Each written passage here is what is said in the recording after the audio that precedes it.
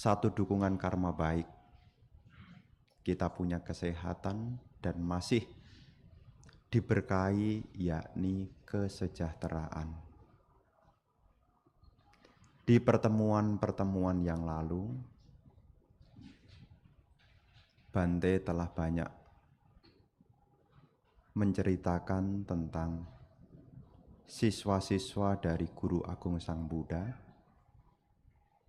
Di pertemuan lalu membahas tentang riwayat dari Bante Bakula. Di pertemuan yang lalu juga membahas tentang perumah tangga awam, yakni Ibu Kujutara. Dan hari ini apa yang ingin Bante sampaikan adalah riwayat berkenaan dengan Bante Sariputta. Kenapa hal ini perlu Bante sampaikan? Tidak lain untuk menambah kekayaan dhamma yang paling awal yang disebut dengan sadadana. Selama kegiatan sebulan Sanggadana di Tangerang Raya, Bante telah menyampaikan berkenaan dengan ada kekayaan yang berharga yang juga harus kita miliki selain kekayaan berupa materi, yakni kekayaan berupa dhamma yang dikenal dalam 7 kekayaan Arya. Satta Arya Dana, 7 kekayaan yang dimiliki oleh siswa Arya. Dari ketujuh itu, diantaranya yang pertama adalah sadadana, kekayaan berupa keyakinan. Keyakinan di sini tidak lain adalah seorang siswa punya keyakinan kepada Buddha, Dhamma, dan Sangha. Guru Agung Sang Buddha adalah penunjuk arah. Dhamma adalah ajarannya. Sangha adalah kumpulan dari siswa-siswa Arya yang mencapai pencerahan setelah mengikuti petunjuk dari Guru Agung Sang Buddha. Nah, ibu bapak sekalian, salah satu siswa dari Guru Agung Sang Buddha yang sangat terkenal, yang masuk di dalam Agasawaka, 2 siswa utama, yakni Bante Sariputta dan juga Bante Mahamoggallana. Kenapa Bante sampaikan ini? Supaya ibu bapak ketika melakukan puja, mungkin di tempat yang lain, karena tempat ini juga belum ada Agasawakanya. Nanti kalau di tempat yang lain, ibu bapak bisa menandai dan bisa mengenali. Akhirnya ibu bapak bisa meneladani tentang siswa Arya tersebut. Kalau ibu bapak datang ke wihara, terutama wihara-wihara yang cukup lama, di dalamnya ada penggambaran. Di sisi tengah adalah Guru Agung Sang Buddha dan ada 2 siswa utama di sebelah kanan dan juga di sebelah kiri. Yang bagian sebelah kanan dari Sang Buddha ya. Jadi kalau Sang Buddhanya menghadap ke sana, berarti sebelah kanannya. Nah, jadi ngitungnya bukan dari sana menghadap ke sini. Jadi kalau Sang Buddha menghadap ke sana, kanan inilah penggambaran dari Bante Sariputta. Dan sebelah kiri adalah Bante Moggallana. Jadi apa yang ada di depan kita yang namanya objek puja, itu bukan hanya syarat semata, tetapi dalam ajaran Buddha yang sudah berkembang dalam tradisi Buddhis, segala perlambang itu punya makna, bukan sekedar bagian dari upacara. Kalau ibu bapak melakukan puja, apa yang ada di altar itu sebetulnya bukan sekedar sebagai sarana untuk memperindah altar semata, tetapi itu sebetulnya ada nilai simbolik. Dan nilai simbolik inilah yang sekiranya bisa kita ambil menjadi teladan dalam kehidupan. Nah, dalam hal ini ibu bapak sekalian, di sebelah kanan dari Guru Agung Sang Buddha inilah yang kita kenal dengan Bante Sariputta. Apa yang bisa kita ambil teladan dari Bante Sariputta? Itu banyak sekali. Banyak sekali. Bante Sariputta itu adalah terunggul, terdepan di dalam kebijaksanaan. Ibu bapak saudara-saudari sekalian, salah satu dari keunggulan dari Bante Sariputta, selain kebijaksanaannya, beliau juga terunggul juga di dalam kesabarannya. Sang Buddha memberi satu perumpamaan, kesabaran yang dimiliki oleh Bante Sariputta laksana tanah. Tanah itu bumi. Bumi itu kalau diinjak, mau diludahi, bumi itu tidak pernah membalas. Tidak pernah membalas.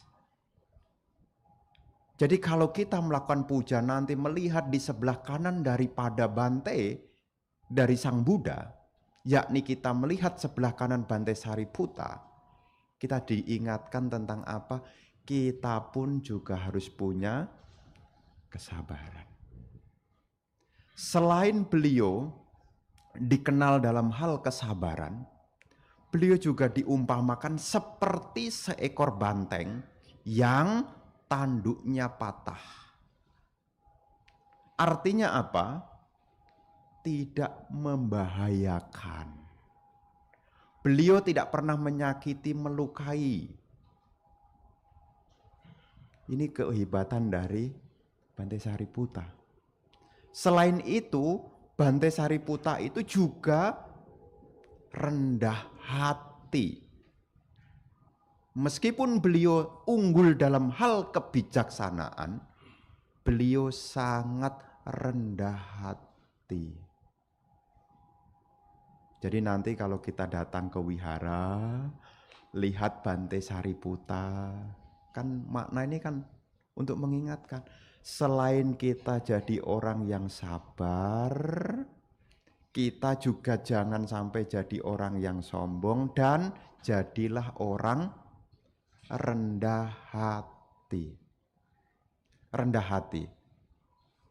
Bante Sariputta itu sangat rendah hati, bahkan beliau sebelum parinibbana, beliau itu mengumpulkan para bhikkhu.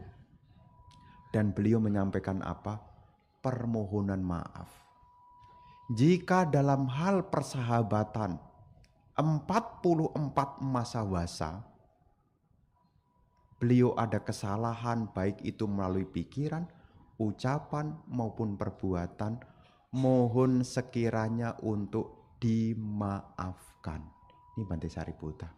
Bante Sariputta unggul, sudah arahat, siswa utama, saja sangat mudah memohon maaf.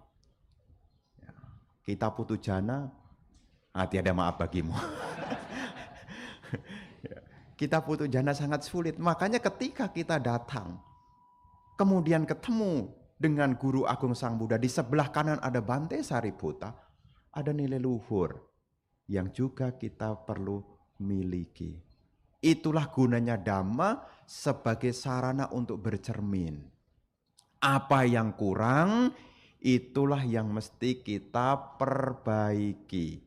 Apa yang lebih, itulah yang semestinya kita pertahankan.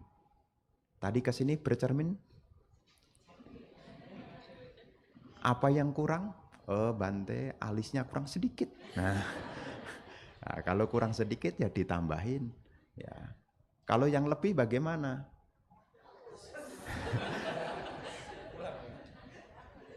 Tidak dipertahankan ya. Jadi ibu bapak sekalian, Bante Sariputa ini luar biasa. Ya, Bante Sariputa luar biasa. Bahkan Guru Agung Buddha juga menyebutkan, sudah banyak kebajikan yang beliau lakukan, bahkan dana besar telah beliau berikan. Karena untuk menjadi siswa utama itu juga perlu penyempurnaan parami. Untuk menjadi siswa utama, Agasawaka ya, seperti Bante Sariputa dan Bante Moggallana, waktu yang dibutuhkan adalah 1 asangkaya kapa, 100.000 kapa. Kalau menjadi sama Sang Buddha, seperti Buddha Gautama ini adalah 4 asangkaya kapa, 100.000 kapa. Kalau menjadi Paceka Buddha, 2 asangkaya kapa, 100.000 kapa. Kalau menjadi siswa utama, dalam hal ini adalah Agasawaka, 1 asangkaya kapa, 100.000 kapa. Kalau menjadi siswa utama yang di luar dari Agasawaka ini, cuma 1 asangkaya. Nah, itu disebutkan di sana. Nah, Bante Sariputa ini luar biasa. Dan ada hal yang penting juga kita ingat dari perjalanan Bante Sariputa dan Bante Mahamoggallana. Semua yang bertemu di kehidupan sekarang tidak ada yang kebetulan. Apa yang beliau terima itu juga bukan kebetulan. Ini mengingatkan tentang apa? Karma. Jadi apa yang beliau terima menjadi siswa utama itu juga bukan kebetulan. Bahkan pertemuan antara beliau dengan Guru Agung Sang Buddha, antara beliau dengan Bante Mahamoggallana, itu juga tidak kebetulan. Nah, ini sebagai satu renungan kepada kita sekarang nih. Anda ketemu suami, ketemu istri, ketemu anak, termasuk ketemu Bante. Semua yang berkumpul ini yang bersatu dalam sebuah komunitas itu tidak lepas dari kesamaan karma. Kesamaan karma. Kalau karma baiknya selalu disupport, maka kita akan berasosiasi dengan yang baik-baik. Itulah gunanya kita selalu diingatkan untuk membuat kebajikan. Bapak dan Ibu, saudara-saudari sekalian, segala sesuatu yang muncul di dunia ini tidak ada yang kebetulan. Bante Sariputa bisa menjadi siswa utama, itu pun juga bukan kebetulan.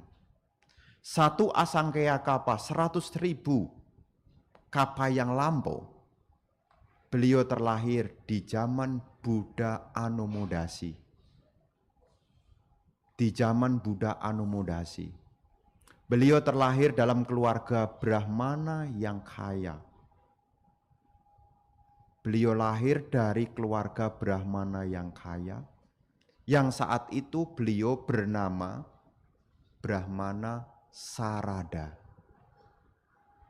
Dan Bante Mahamoggallana bernama Brahmana Siriwadana. Ketika orang tuanya telah tiada, beliau mendapatkan warisan yang banyak. Tetapi beliau menyadari bahwasanya ketika mendapat warisan berupa kekayaan yang banyak ini, beliau menyadari setelah kematian, setelah kehidupan ini ada kematian. Dan apa yang diperoleh dalam kehidupan ini sifatnya hanyalah sementara. beliau mencari ada cara untuk mengakhiri samsara ini. Maka 500 kehidupan yang lampau, satu asangkaya kapa 100.000 kapa yang lampau, beliau telah mengorbankan. Apa itu? Kekayaan yang diwariskan dari orang tuanya. Beliau berikan. Beliau berikan kepada siapapun yang mau. Silahkan ngambil. Jadi ibu bapak, ajaran tentang berdana itu menjadi yang paling awal. Jadi menjadi bagian yang paling awal. Dan ketika hartanya dibagikan, beliau akhirnya menjadi seorang pertapa. Beliau menjadi pertapa. Dan beliau punya murid yang berjumlah 74.000. Di zaman Buddha Anomodasi itu, datang Buddha Anomodasi melihat tentang apa? Namanya seorang Buddha itu punya sabanyuta nyana. Buddha Anomodasi itu juga sama Sambuddha juga. Ciri dari sama Sambuddha itu salah satunya selain maganyana, tahu tentang sang jalan, sama Sambuddha itu juga punya kemampuan yang disebut sabanyuta nyana. Tahu siapa yang punya potensi. Beliau tahu bahwasanya pertapa Sarada ini bersama dengan 74.000 siswanya punya potensi untuk menjadi arahat. Beliau datang. Ketika beliau datang, beliau terkesima dengan Buddha Anomodasi. 74.000 siswanya menjadi arahat. Dan beliau tidak menjadi arahat. Kenapa? Karena beliau terkesima dengan Buddha Anomodasi. Jadi pikirannya itu bukan dengerin dhamma. Ya, bukan dengerin dhamma. Nah, tapi Buddha Anomodasi tahu. Muncullah dua siswa utama dari Buddha Anomodasi saat itu. Yaitu Bante Nisiba dan juga Bante Anoma. Bante Nisiba ini adalah di sebelah kanannya. Beliau berpikir, oh siapa di sebelah kanan dari Buddha Anomodasi ini? Melihat itu beliau terkesima. Beliau juga kemudian, aku kok lebih kepingin menjadi di sebelah kanannya. Dan beliau kemudian punya tekad untuk menjadi siswa utama yang nanti selalu di sebelah kanan dari sama Sambuddha. Dan beliau saat itu sudah jadi guru besar loh. Nanti kalau membaca di mana Bante, supaya saya baca lebih detail lagi, ada buku cukup tebal, judulnya adalah Kronologi Hidup Para Buddha, RAPB, Riwayat Agung Para Buddha. Nah, ini saya kasih alamatnya nih. Karena sebetulnya ceritanya detail, ya detail sekali. Nah di situ beliau beraspirasi. Buddha Anomodasi mengatakan, di masa yang akan datang di zaman Buddha Gautama, engkau akan menjadi seorang siswa utama yang terunggul dalam hal kebijaksanaan. Jadi ibu bapak sekalian, ya kita kalau seandainya sekarang nih merasa Bante kok saya kurang beruntung ya Bante, buat kebajikan. Ya, buat kebajikan. Kenapa? Karena kebajikan kalau diaspirasikan, kebajikan itu akan menjadi pengkondisi. Kita tahu yang namanya punya itu pengabul keinginan. Punya. Ya, beda dengan parami. Kalau parami itu untuk memotong. Supaya kelahiran tidak berkelanjutan. Makanya ada nekama parami. Tidak ada ketertarikan untuk lahir dimanapun. Ya, jadi parami dan punya itu ada bedanya. Kalau parami itu tidak memperpanjang, Tapi kalau punya untuk mengabulkan keinginan. Dan untuk mengabulkan keinginan ini disebutkan dalam sutta ada 3. Ada yang disebut dengan dana maya punya, sila maya punya, dan bawana maya punya. Jadi kalau Anda punya keinginan nih, ada keinginan enggak? Kalau sampai Bante saya enggak punya keinginan, wah jangan-jangan sudah arahat ini. Anda pasti punya keinginan. Ya, punya keinginan apakah pencapaian duniawi, apakah pencapaian surgawi, bahkan pencapaian akhir dari kelahiran kembali yang disebut dengan pencapaian nibbana. Ini semua juga tidak lepas dari dukungan akan 3 hal ini. Baik itu dana maya punya, sila maya punya, dan juga bawana maya punya. Dan kita bisa beraspirasi. Ya, bisa beraspirasi. Dan salah satu kehebatan dari Bante Sariputta, ini saya singkat sedikit. Ya, karena waktunya sudah. Ya, ada salah satu hal yang dimiliki oleh Bante Sariputta yang semestinya juga bisa kita jadikan teladan. Apa itu? Sebelum beliau parinibbana, beliau sempat berpikir mau parinibbana di mana. Beliau terpikir di mana beliau akan parinibbana. Dan beliau memilih kembali ke daerah asalnya. Di mana itu? Di kota Nalaka. Nalaka itu nanti kalau ikut Dhamma Yatra nih, kapan-kapan nih kalau karma baik mendukung. Ya, kalau karma baik mendukung. Nah, Nalaka itu sekarang menjadi Nalanda. Nah, jadi nanti kalau ke kota Nalanda di daerah Rajgir, ya dulu Rajagaha, kalau sekarang Rajgir, ya dulu wilayah Magadha, ya dekat situ ada Weluwana, ya ini penyegaran kalau yang sudah pernah ke India. Bagi yang belum ya Bante kasih tahulah. Ya, beliau kembali ke kota Nalaka yang sekarang jadi Nalanda itu. Apa yang beliau berikan? Beliau memberi dhamma kepada ibunya. Ini sejalan dengan ada salah satu khotbah Sang Buddha yang ada dalam Anguttara Nikaya kelompok 2, bagian dari Samicitawagga, pikiran yang baik. Di dunia ini ada 2 orang yang tidak pernah bisa dibalas oleh anak-anaknya. Siapa itu? Ayah dan ibu. Kebaikan yang diberikan oleh ibu dan ayah tidak pernah bisa dibalas oleh anaknya. Tetapi Sang Buddha di situ menyebutkan, kalau seorang anak itu mengajarkan 4 hal kepada ibu dan ayahnya, maka itu melebihi dari pembalasannya. Apa yang bisa diberikan anak sebagai bakti kepada orang tua? 4 hal.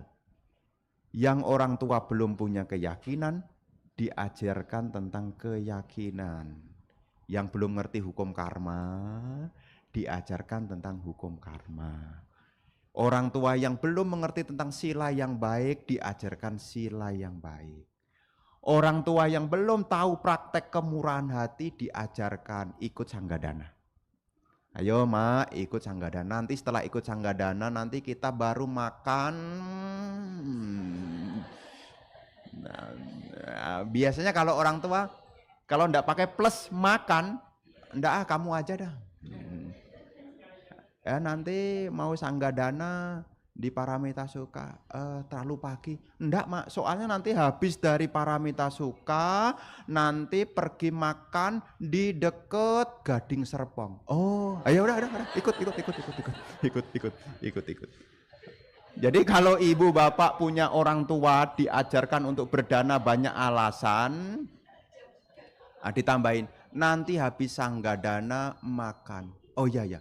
Meskipun kakinya kesemutan dengerin ceramah dia akan tenang. Karena yang dipikir adalah, tapi minimal kita sudah mengajarkan yang ketiga tentang caga, kemurahan hati. Dan kalau orang tua itu belum mengerti tentang ketidakkekalan anicca di sini, ya kalau anak mengajarkan tentang anicca, ini akan dikatakan melebihi. Dan apa yang dilakukan oleh Bante Sariputta juga seperti itu. Bagaimana membalas kebaikan sang ibu? Karena saat itu ibunya belum punya keyakinan kepada Buddha, Dhamma, dan Sangha. Beliau pulang ke kota Nalaka. Ketika memasuki gerbang kota Nalaka itu, beliau ketemu dengan keponakannya yang bernama Uparewata. Dan beliau menyampaikan, oh paman saya datang. Nah, ini kepada keponakannya, paman saya datang. Terus Bante Sariputta bertanya, di mana nenek kamu? Ada di rumah.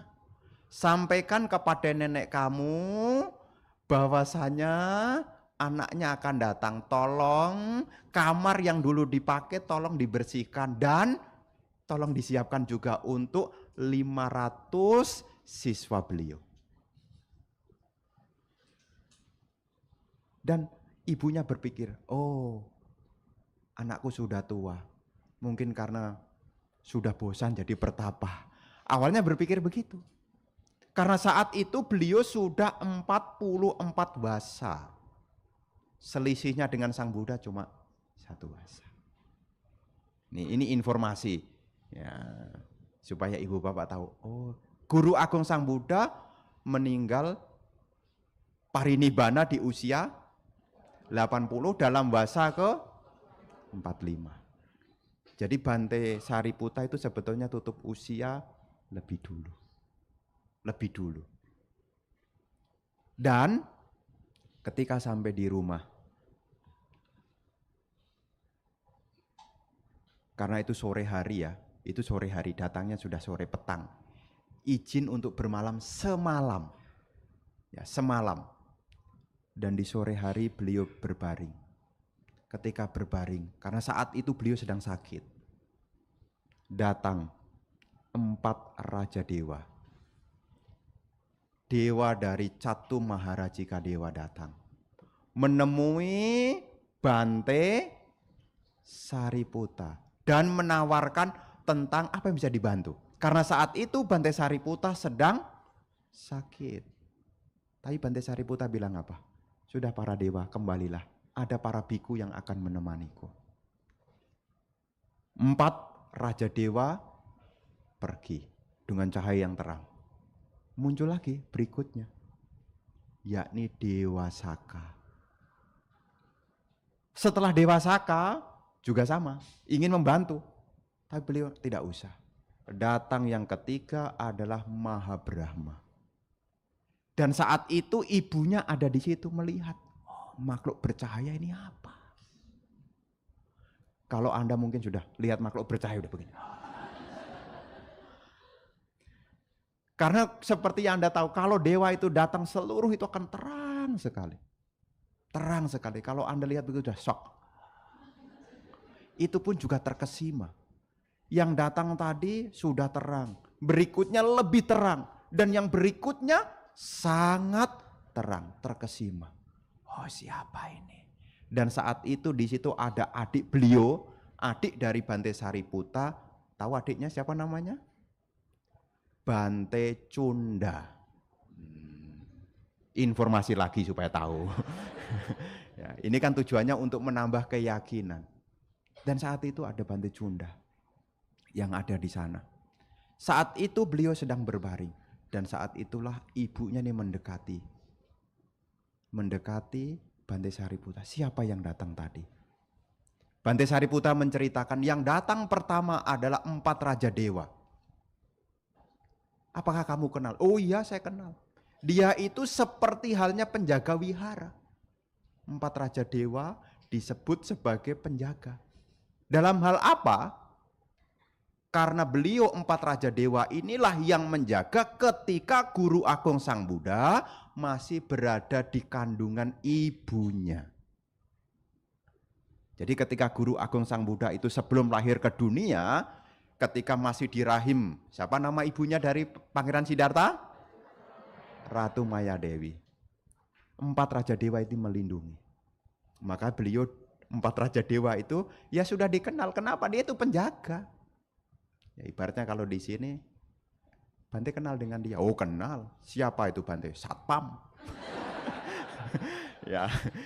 Tapi Bante Sariputta bilang itu penjaga. Penjaga dalam hal apa? Yang menjaga Sang Buddha waktu belum lahir. Masih di rahim ibunya. Terus yang kedua siapa? Itu Saka. Bante juga kenal. Oh ya kenal. Saka itu seperti halnya Samanera yang membantu kalau di wihara. Dalam hal apa Saka itu disebut sebagai Samanera? Karena ketika Sang Buddha setelah membabarkan Dhamma dari surga Tawatingsa turun ke dunia pada wasa keberapa? Ke-7. Setelah membabarkan Dhamma dari surga Tawatingsa, Dewa Saka itulah yang membawa mangkok dan jubahnya Sang Buddha. Maka beliau dikenal Saka ini ya seperti Samanera membantu. Terus kemudian bertanya lagi, terus yang ini siapa? Oh ini Mahabrahma. Mahabrahma inilah yang waktu Guru Agung Buddha terlahir ke dunia dia yang pertama kali. Mahabrahma ini yang pertama kali menerima sang bayi. Oh, sangat agung sekali ya gurunya ya. Waktu di kandungan dijaga 4 Raja Dewa.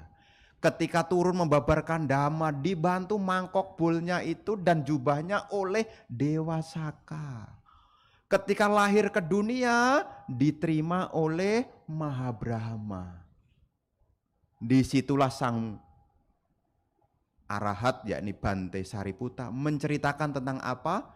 Bagaimana perjuangan bodhisatta waktu meninggalkan duniawi, waktu mencapai pencerahan, waktu membabarkan Dhamma, dan keagungan-keagungan Sang Buddha. Timbullah keyakinan kepada Sang Buddha. Dan hatinya sangat bahagia sekali.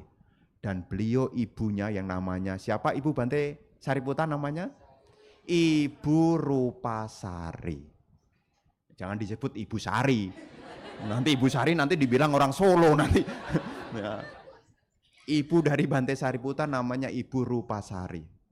Ya, Ibu Rupasari. Timbul keyakinan kepada Sang Buddha. Dan beliau menjadi seorang Sotapana.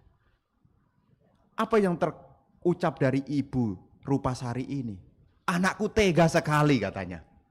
Anakku tega sekali, kenapa hal baik yang membahagiakan seperti ini baru disampaikan sekarang? Ya inilah pembalasan dari sang anak. Dan saya pikir ini cukup. Nah setelah waktunya cukup, setelah bercerita tentang keagungan Sang Buddha, mulai dari proses meninggalkan duniawi, perjuangan mencapai sama Sambodhi, membabarkan khotbah pertama, akhirnya sudah larut menjelang pagi. Dan bilang kepada ibu, pergilah. Dan disitulah Bante Sariputta bertanya kepada Junda, sekarang sudah jam berapa? Sekarang sudah fajar. Dan di hari itulah Bante Sariputta tutup usia. Tutup usia artinya ya parinibbana. Parinibbana. Apa yang menjadi nilai luhur dari Bante Sariputta? Sebelum beliau parinibbana, beliau juga memberi support kepada ibunya. Nah ini juga pesan bagi kita yang sudah mengenal Dhamma, sudah memperoleh Dhamma, jangan lupa berbagi Dhamma kepada ibu dan ayah. Memang di situ si ibu sih, ya tapi ya kepada ibu dan ayah. Dan ini adalah nasihat yang diberikan oleh orang bijaksana. Bahkan di dalam Manggala Sutta disebut juga mata pitu upatana. Jadi selain ibu bapak nanti mempersembahkan dana kepada sangga, tentu ada nilai luhur yang juga perlu kita munculkan. Meneladani dari Bante Sariputta. Termasuk juga mengajarkan kebaikan kepada ibu dan ayah sebagai bentuk balas jasa. Ada yang bertanya, Bante, kenapa kok dikatakan setara dengan 4 hal ini? Ibu bapak, kalau seseorang punya 4 hal ini nih, punya keyakinan, punya sila, punya kemurahan hati, punya kebijaksanaan. Kalaupun belum menjadi seorang arahat, ketika hancurnya tubuh jasmani, akan terlahir kembali di alam bahagia. Jadi syarat untuk lahir di alam bahagia itu 4 hal ini. Punya sada, punya sila, punya caga, dan punya panya. Jadi umat Buddha itu selama silanya dijaga, selama keyakinannya juga diperteguh kembali, kemurahan hati juga dipraktekkan, kebijaksanaan juga dimunculkan, Anda jadi umat Buddha tidak perlu khawatir. Khawatir apa? Khawatir apa? Tidak usah takut tidak kebagian surga. Bayangkan kalau ada orang punya 4 hal ini, pikirannya bagaimana? Pikirannya tenang, bahagia. Ketika cuti cita, apa yang muncul? Pikiran yang baik. Ketika pikiran baik itu berkembang, maka alam baik menjadi tempat tujuan. Nah, inilah ibu bapak yang ingin Bante sampaikan di kesempatan hari ini, meneladani tentang sosok siswa Arya. Dalam hal ini adalah Bante Sariputta. Sekiranya setelah ada penggambaran tentang Bante Sariputta, kita bisa mengambil nilai-nilai luhur dan menjadi bagian dari kita. Semoga kita tambah hari, tambah bertambah di dalam kesabarannya, tambah bertambah di dalam kerendah hatiannya, dan juga makin hari supaya tidak tambah sombong. Karena inilah yang bisa kita bawa dan ini bermanfaat. Kalaupun kita belum mencapai pencerahan sekalipun, kebajikan demi kebajikan akan menjadi pengkondisi yang baik. Terlahir di alam yang baik, bertemu-temu teman-teman yang baik, hingga akhirnya dapat merealisasi tujuan tertinggi Nibbana. Selamat melaksanakan Sanggadana di masa Katina ini. Semoga keberkahan menyertai ibu bapak sekalian. Semoga ibu bapak bersama keluarga senantiasa sehat, bahagia, sejahtera, terus maju di dalam praktek dhamma hingga akhirnya dapat merealisasi tujuan tertinggi Nibbana. Sabe sata bhavantu sukhitata, semoga semua makhluk berbahagia.